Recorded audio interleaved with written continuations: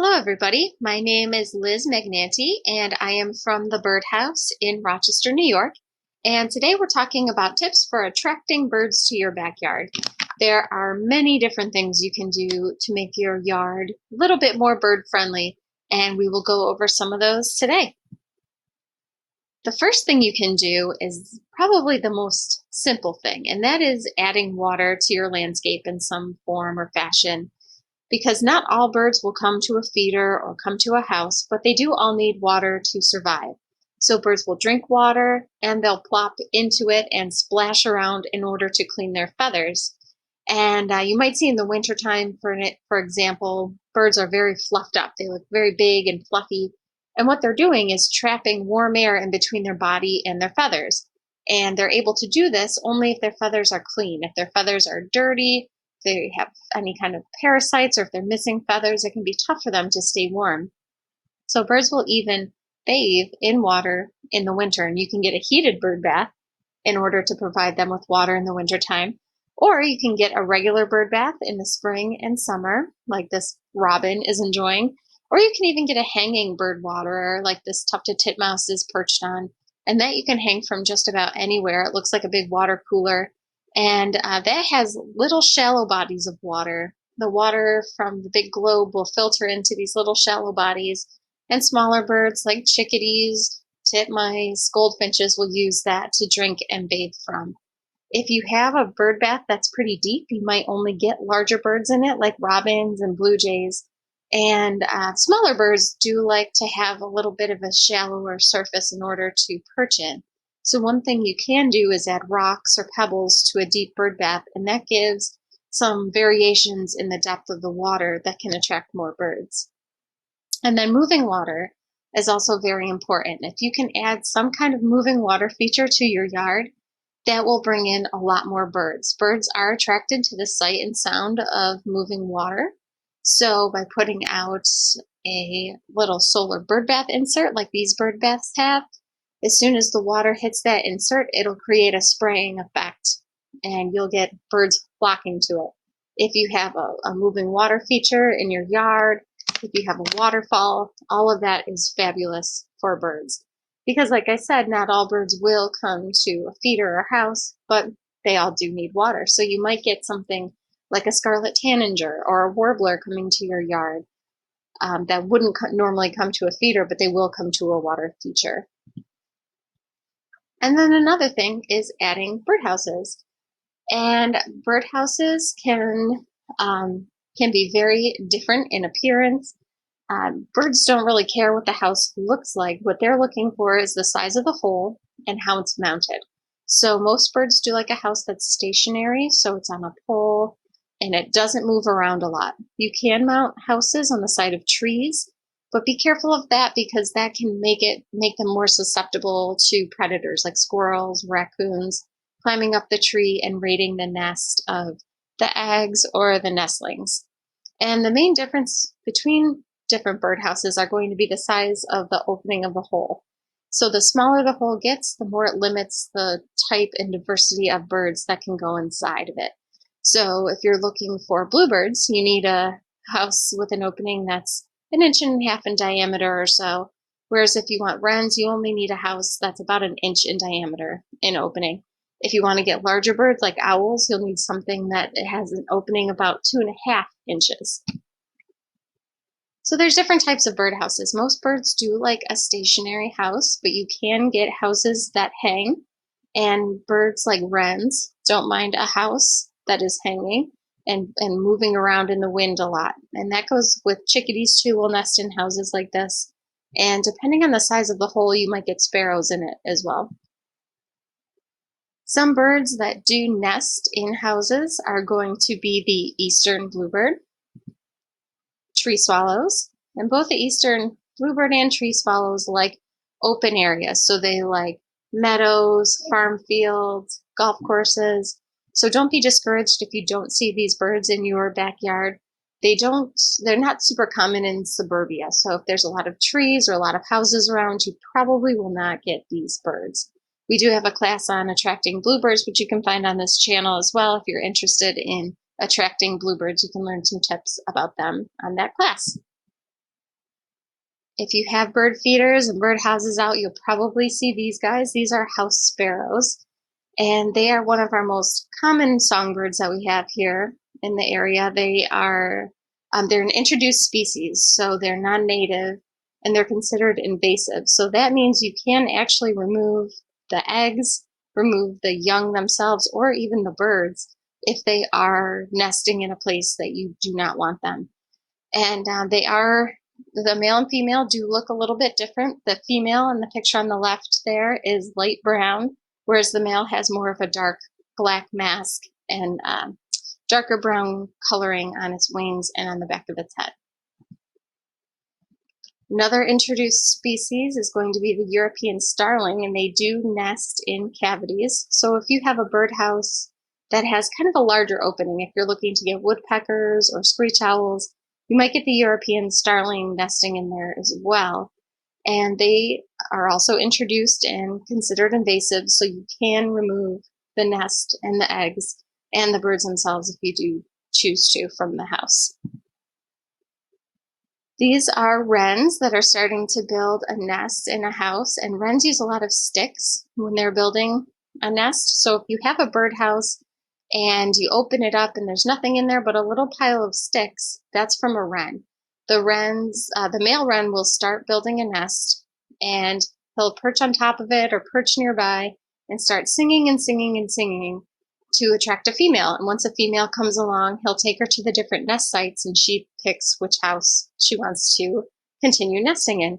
So if you find just a little tiny pile of sticks in one of your birdhouses that was never used, that's from a wren. And there are a couple of species that are pretty common here. This is the Carolina wren. They're a chestnut type colored bird. They've got that bright white eye stripe above their eye. But all wrens are pretty small, at least the wrens we have here on the East Coast, and they have more of a chubby body type with a tail that sticks up into the air. And then there's the house wren. So either of these are common birds that you might find nesting in your birdhouse. And then there's chickadees. Chickadees are also cavity nesters, and they're quite small. So you can have a house that is perfect for chickadees or wrens with an opening of 1.1 1/8 in diameter for the whole size, but that's still too small for sparrows to fit in.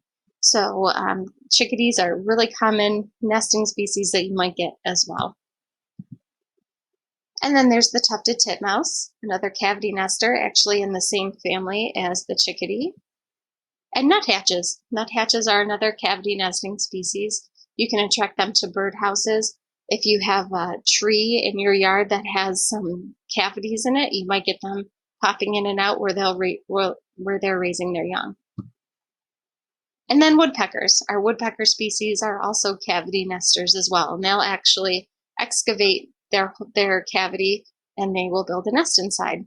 And woodpeckers don't build a nest like other birds do. They will just lay their eggs on top of the wood chips that are inside of their nesting cavity.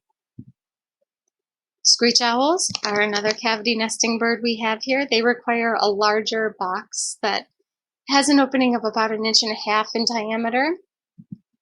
And the American kestrel is another bird that has the same kind of specifics of a house. So they'll nest in dead trees, but then they'll also nest in birdhouses. And then there's also wood ducks. If you have a pond or if you have a wooded, swampy area, you can put out birdhouses and you might be able to attract the wood duck. And their young are known for just jumping out of the house or out of their natural tree cavity, sometimes dropping 10, 20, 30 feet into the water or onto the ground as they leave their nest. And then there's also the hooded merganser, the bufflehead. So we do have nesting duck species as well that will go into cavities. And then there's nesting platforms. So these are a little different. They look like a birdhouse except they're missing their front. And not all birds will nest in houses, but some of them do nest on these platforms. Some examples being robins, and you might find them nesting in places you don't want, such as on top of your lights, on porches. They're known to nest in many man-made structures. So this is a little roost. Sometimes they're called robin roosts you can put up. They've got little roofs on them, but they have a nice open front, and they'll come to those. Mourning doves are another bird that will come to a little nesting perch. And then you can get these barn swallow nests, and they mimic the actual nest that the barn swallows will build. And the barn swallows will go in there, they'll raise their young, and they're very, very cute looking when they're nestlings. Another bird that'll nest in houses are purple martins, and they're different because they're colony nesters, so they will nest in big groups. So these are the big houses that you see usually in an open field or by the lake, by the water. They like a nice wide open area, so you probably won't get those in your backyard. You do need a very specific type of habitat, but if you have a waterfront space, you might be able to get the purple martins. And then there's always the roosting pouches. So not all birds will nest in houses, but you can always put out these little roosting houses, especially in the wintertime. These are great. They're too small for birds to build a nest in, but they'll go inside there to stay out of the rain, out of the snow, out of the cold. So it's just a way for birds to get out of the elements for a little bit. And birds that don't nest in houses will even use these as well. So you could get something like a cardinal going inside if the roosting house is big enough. And then you can provide nesting material. So all birds need some kind of nesting material to build their nest. You can do something like a nesting ball. On the left there's a goldfinch grabbing some nesting material, and it's just natural cotton. There's some little fibers in there as well, some string, and they'll use those to build their nest. And pet fur is another thing that birds will use to build their nest. Here's a tufted titmouse on the right-hand side that's actually pulling fur out of an animal, and they're pretty notorious for that. They're known to pull fur right out of dogs or cats if they're outside, so they're pretty bold in that way. You do want to make sure that you stay away from dryer lint. That's a common thing that people have in the past put out for nesting material, but it's not known if the chemicals in your detergents can harm the birds in any way. So you don't want to use the dryer lint to put out for nesting material, but your pet fur is fine if you're grooming your pet. That's great if you have scraps from sewing. That's another great thing that you can put out, but just stay away from the dryer lint. And then the next thing you can do to attract birds to your yard is put out bird feeders. And bird feeders can be very elaborate or they can be very, very simple. The birds aren't very picky. And if you're putting out a bird feeder, you want to make sure that you at least provide black oil sunflower seed. And that will attract the biggest diversity of any birds as far as one type of seed goes. You can get blends that will attract a larger diversity, but if you're looking to simplify and attract as many birds as you can with one type of seed, black oil sunflower seed is the way to go. And there is a difference in seed blends, so you want to be careful when you are buying food that you get something that doesn't have a lot of filler in it. On the left-hand side there, you can see there's a seed blend that has a lot of yellow stuff in it, a lot of little round seeds, and birds tend to just throw that on the ground. Some of it they won't eat at all. So if you ever see birds at your feeder that are just tossing seed on the ground, that's why they either don't eat it or they'll prefer the larger seeds like the peanuts or the black oil sunflower seed that's in the blend. And on the right-hand side there, this is a good seed blend. It has a lot of sunflower seeds in it. It has peanuts, and the birds really do like those big pieces of seed. Basically, if it looks more appealing for you to eat, the birds will like it more. Even small birds like chickadees and nuthatches and titmice, they love those peanuts. So big pieces of seeds are always good for the birds.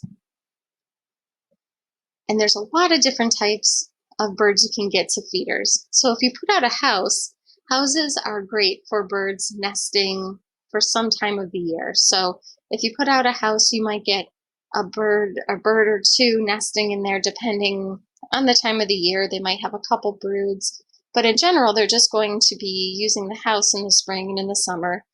They might go in and out of it in the winter for some protection, whereas a feeder, you can have birds coming all year round, and at a single feeder, you can have multiple species of birds.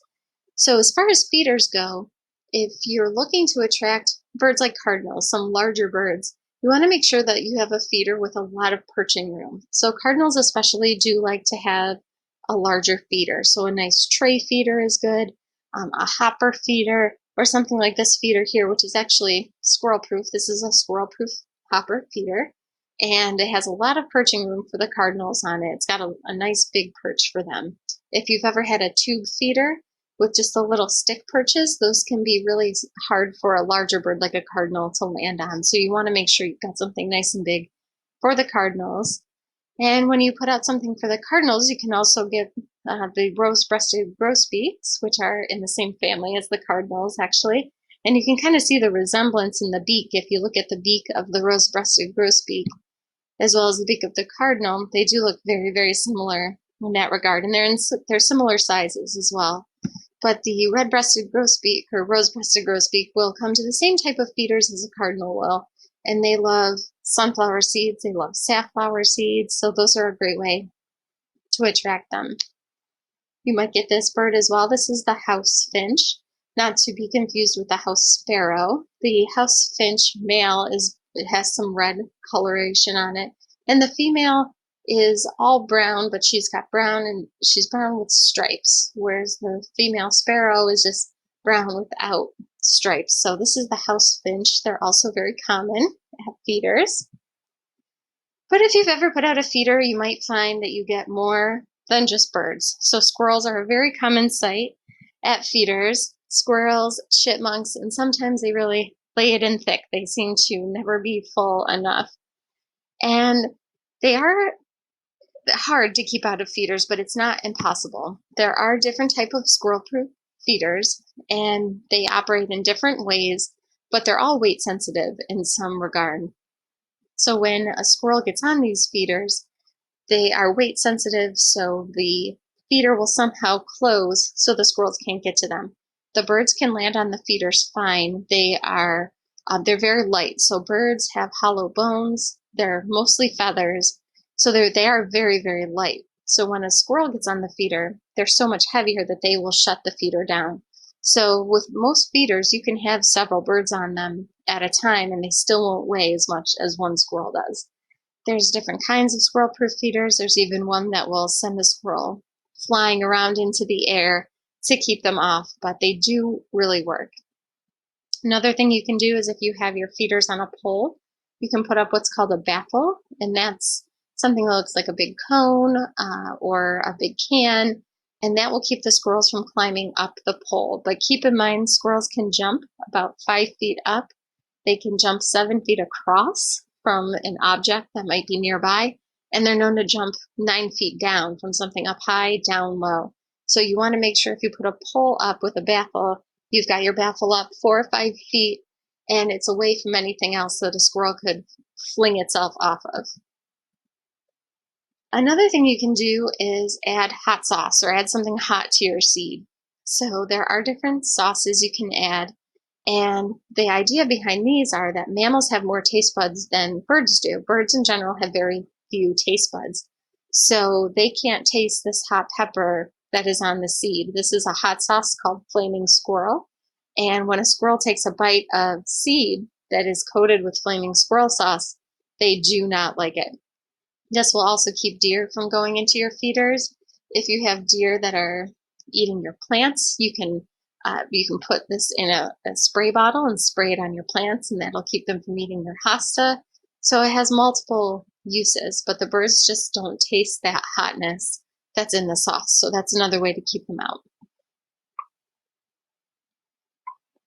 And then there's safflower seed. So safflower seed looks a lot like sunflower seed, but it's white in color, but it's about the same size. And a lot of people switch to safflower seed in the spring and summertime because the blackbirds don't eat it as well. So squirrels don't like this, and neither do the big blackbirds like the grackle or the starlings. If you have starlings coming to your feeder, they don't like the safflower either. So that's another thing you can do to keep some of these pesky creatures out of your feeders. And then there's Niger seed. And squirrels tend not to bother Niger seed either. It's just very, very small, so it's not really worth it for the squirrels to go for it. That's not 100%, but it is pretty common that the squirrels do not bother the Niger seed. There are squirrel-proof Niger feeders if you are finding that your squirrels are going after your Niger seed. But Niger is very, very small, so it does require a special type of feeder. And Niger feeders will have really small holes in them. And the finches will pull the little seeds right out of that feeder. And Niger seed is great for goldfinches. So these are goldfinches here, and you can see they don't need perches on the feeder either. They can cling right onto the feeder. This one's made of a metal mesh, and they can feed right from it. You do want to make sure that you keep your Niger seed fresh. So if it's been a few months and you haven't gotten fresh seed and you're not seeing any finches at your feeder, that's pretty common. The Niger seed can go bad after 2 or 3 months, so you do want to make sure you don't buy it in larger quantities than you can use in a 2 or 3 month time frame. And it can get moldy too, so you want to make sure that you keep your feeder clean, and if there's any kind of mold at the bottom of your feeder, the finches will not come to it. So you want to make sure that your feeder is clean as well. Goldfinches are here all year round. Here we are in upstate New York, and they are found here. But in the wintertime, they will molt their feathers, so they look very different. So goldfinches molt their feathers twice, whereas most songbirds only molt their feathers once before breeding season. But the goldfinches will molt in the fall, so they look more like this bird on the left here. And then in the spring, which is right now, they're starting to get their golden feathers back. So then they'll look more gold like this finch here on the right. Another type of food you can put out for birds is mealworms. And insect-eating birds like this bluebird love mealworms. You can get live mealworms or freeze-dried mealworms. Birds prefer the live mealworms, but if you get freeze-dried mealworms, you can add a little bit of water to them, and it'll make them look more alive. So not only do bluebirds like them, but wrens love the mealworms, woodpeckers do. Really, once birds have their young hatch and they're feeding them a lot of food, they feed them a lot of insect protein. So mealworms are great for those birds that are just hatched and they're in their nest boxes. You can put out mealworms, and the parents will come to the mealworms to feed their nestlings. And then there's peanuts. Birds love peanuts. Birds like this nuthatch. This is the white-breasted nuthatch. We also have a red-breasted nuthatch, which is more common here in the winter than in the spring and summer. And you can get peanut pieces or peanuts in the shell, like this feeder.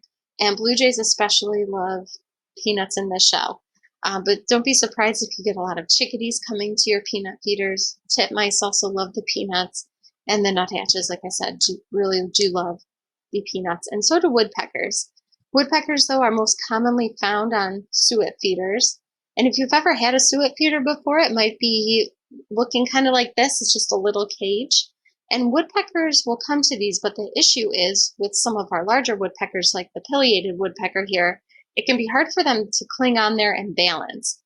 So your best bet is to get something like this, and this is called a paddle tail suet feeder, and it has this projection at the bottom of it that provides woodpeckers with a place for them to rest their tail. So that resting of their tail allows them to be upright when they're feeding, and it just makes them more stable and more able to feed more freely from the feeder. We do have different woodpeckers here, and these are our common woodpeckers that you can find at feeders. The first is going to be the downy woodpecker, and this is probably your most common woodpecker you'll see at the feeder. They're about the size of a suet cake itself, so they're pretty small, and you can tell the difference between the male and the female. And males will have red on the back of their head, so on the left there is the male, and the female is just all black and white. So this is the downy woodpecker. And take a look at the size of its beak. It has a pretty small beak, so it's not only a small bird, but its beak is quite small for a woodpecker, compared to the hairy woodpecker, which has a larger beak. So the hairy woodpecker, here on the left-hand side, you can see the difference between the downy and the hairy. It's a bigger bird, so whereas the downy woodpecker was the size of about a suet cake, the hairy woodpecker is significantly larger. They're going to be about the size of a red-bellied woodpecker. And they have a much larger beak, but they do have the same coloration as the downy woodpecker. So the females are all black and white, and the male will have red on the back of its head. And then another common woodpecker we have here is the red-bellied woodpecker, and most people uh, call this a red-headed woodpecker because it does have a very red head. It does have a little bit of red tinge on its belly though, which can be hard to see. But this is in fact called a red-bellied woodpecker. We do have a red-headed woodpecker here, and they look quite a bit different. And the red-headed woodpecker has an all red head, so they are very, very red. The thing is, the red-headed woodpecker is quite rare, so you won't see this bird at your feeder very often. And if you do, you're very, very lucky because they are rare and getting even rarer. So this is a very uncommon bird, whereas the red-bellied woodpecker is a very common bird to see in your backyard. And then, of course, there's the pileated woodpecker. Those are the big woody woodpecker type birds. They can be about 16 inches in length, and they're the largest woodpecker we have now in North America. So this is a very, very large bird, and they can be quite loud when they are calling. Some other birds you can attract to your yard are going to be the Baltimore oriole. And Baltimore orioles are migratory, so they're not here all year round, but they come back upstate New York. We get them around the end of April, early May, and mid-May they're really flowing in. And they will come to feeders as well. They have a different diet though, so you can't attract them to a seed feeder. Sometimes they will come to suet, if you have an orange flavored suet especially. They'll eat mealworms sometimes as well, but they really love citrusy types of foods, so you can feed them orange slices. They'll also drink nectar like a hummingbird does, and you can make your own nectar using white sugar and water, white granulated sugar. And the recipe is 1 part sugar to 5 parts water. And you want to boil the water, add the sugar, let it cool, and then you can fill your feeder. But the favorite food of the orioles is going to be grape jelly. So they love their grape jelly. We sell something called birdberry jelly at the birdhouse, which they go crazy for. It's a mix of grape and blackberry jelly, and they just love it. So if you can only put out one type of food for the orioles, the jelly is definitely the way to go. And then another migratory bird we have that comes through is the ruby-throated hummingbird. And they will come through around early May, and they really start coming in big numbers around mid-May. So right around Mother's Day is a good time to get your hummingbirds. And hummingbirds are attracted to the color red, so putting out a red feeder is always great, but you want to make sure not to dye your nectar red. Just like it's not sure if the dryer lint can affect birds negatively in any way, it's not known if red dyes affect hummingbirds negatively in any way. So they don't need the dye in their nectar, so you can just keep it clear, and they love that. You want to make sure to change your nectar up every 2 or 3 days or so because it can get moldy. So you want to make sure to keep the feeder clean. And if you get a feeder, you do want to make sure it's red because they do like that color red, especially if you're just getting a feeder for the first time. A red feeder is definitely the way to go. And hummingbirds can be territorial, and the ruby-throated hummingbird is definitely very territorial. So this picture on the left is something that you probably won't see in your yard.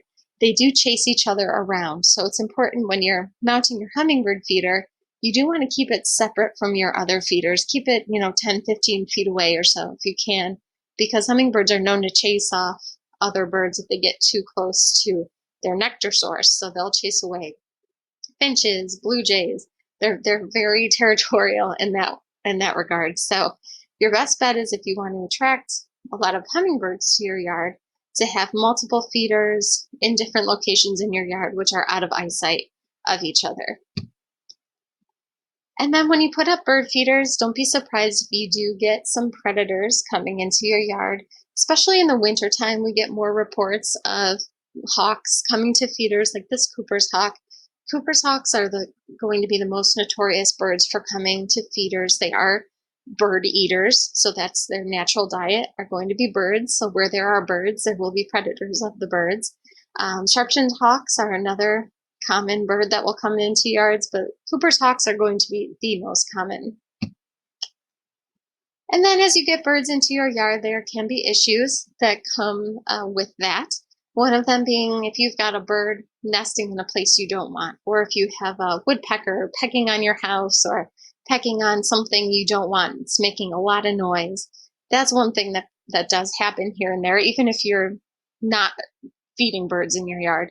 And one thing you can do is put up scare tape, and that's what's on the left there. It's shiny reflective tape, and birds don't like shiny reflective things. So if you hang this in an area where birds are where you don't want them, that can help keep them away.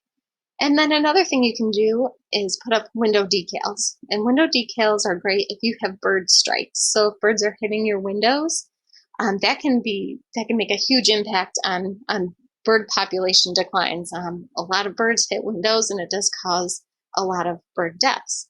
So one thing you can do is put up decals, and that's a great way for birds to see that there is a piece of glass there that they can't fly through. And we sell a lot of window decals, and on the right are our best sellers. You put them on the outside of the window, and to us, they look clear. They look very, very clear. You can see through them pretty well, but they reflect UV light. And birds can see in UV, they can see the UV spectrum, so they reflect that light, and birds can see that there's something there, and they won't hit your window. So to wrap up, there's a lot of different things that you can do to attract birds to your yard. Feel free to visit our website at thebirdhouseny.com for more information and more feeders. We've got a lot of feeders and accessories available for purchase online. And we've got some different blog posts as well that you can read. But our recommendations for attracting more birds to your yard, the first is add some water. Birds love that water, and you can get a really good diversity of birds just by adding that and nothing else. Provide them with safe nesting sites, something that predators can't get to, something on a pole, possibly with a baffle on it, so you don't have to worry about raccoons or squirrels climbing up there and raiding the nesting site. And then seed is always a good thing. So anything with black oil, sunflower, that's a must if you want to attract birds to your yard with a feeder. But the more diverse of foods you get, that's even better. The more things you add, the more types of birds you'll be able to get. And then make sure to squirrel proof. So squirrel proofing is very important. Squirrel proof your feeders. Buy a squirrel proof feeder. If you don't have squirrels in your yard now, but you start feeding, you probably will get squirrels. So it can't hurt to start off with a squirrel proof feeder. And then also be patient. It can take a little while. It can take the birds a while to find your feeder and to find your yard. But the more you keep up with it and keep your feeders full over time, you'll have a bunch of birds and a variety of them as well. So please feel free to visit thebirdhouseny.com, which is our website. We have a Facebook page as well. Leave your comments below if you have anything that you'd like us to add, or if there's anything that you would like a class on in the future. And thank you so much for watching.